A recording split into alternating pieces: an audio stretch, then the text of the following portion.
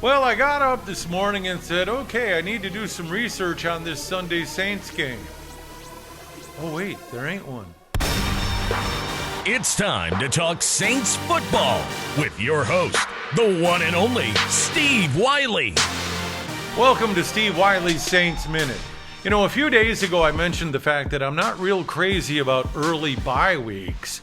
It seems to me that they're of a greater benefit when they're later in the season. I kind of like them week 9 or even later, because at that point teams are a little bruised up and it's a good chance to get healthy.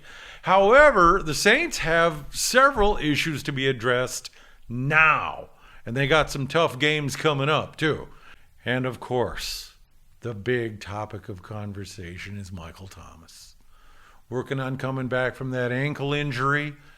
Behind the scenes controversy, reportedly, of course, punched CJ Gardner-Johnson, then got into a little bit of a verbal altercation with head coach Sean Payton. Payton is not reputed for being patient with that sort of thing.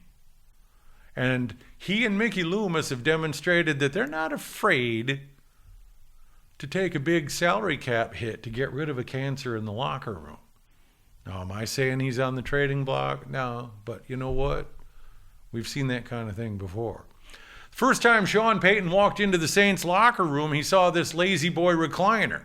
Had building maintenance put it in the dumpster. The owner, Wayne Gandy, was traded almost immediately. They took a big cap hit to get rid of Wayne Gandy. Now, finding a player as a disciplinary measure, okay, well, whatever, you know. Michael Thomas was fined $59,000 for all of that foolishness. You really want to hurt a player? Take away his playing time. Don't let him get on the field. And Payton stuck to his guns on that one this past week against the Chargers. So what's going to happen with that? Well, who knows? If he persists, trade him to Cincinnati or the Jets and unload that contract. He's a great player, though, on the field.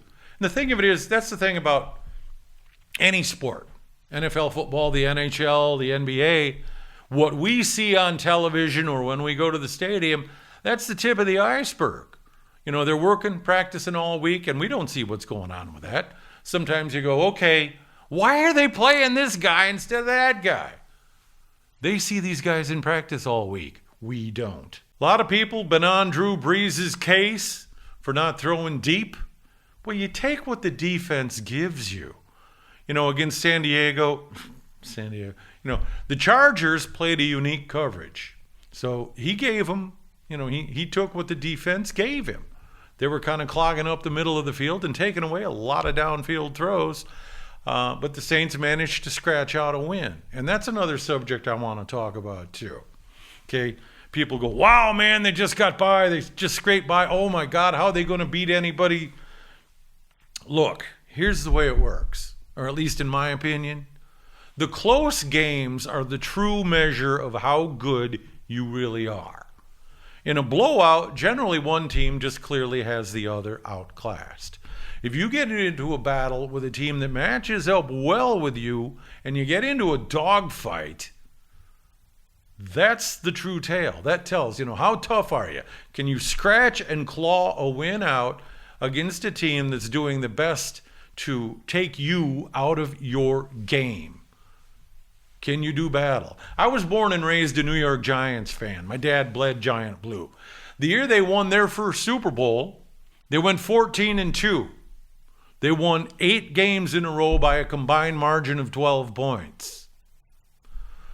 The difference between the 08 Saints and the 09 Saints that won Super Bowl 44, close games.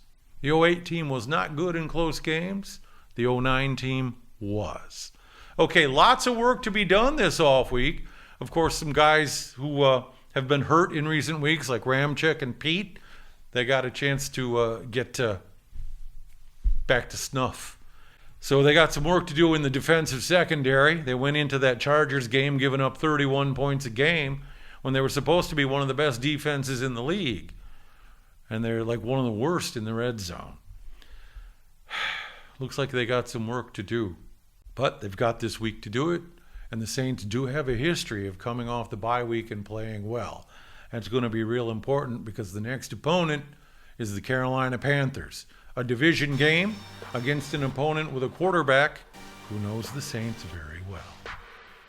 We'll be back in a couple days to talk more about that. If you like what you've seen, please like and subscribe. We'd appreciate it very much.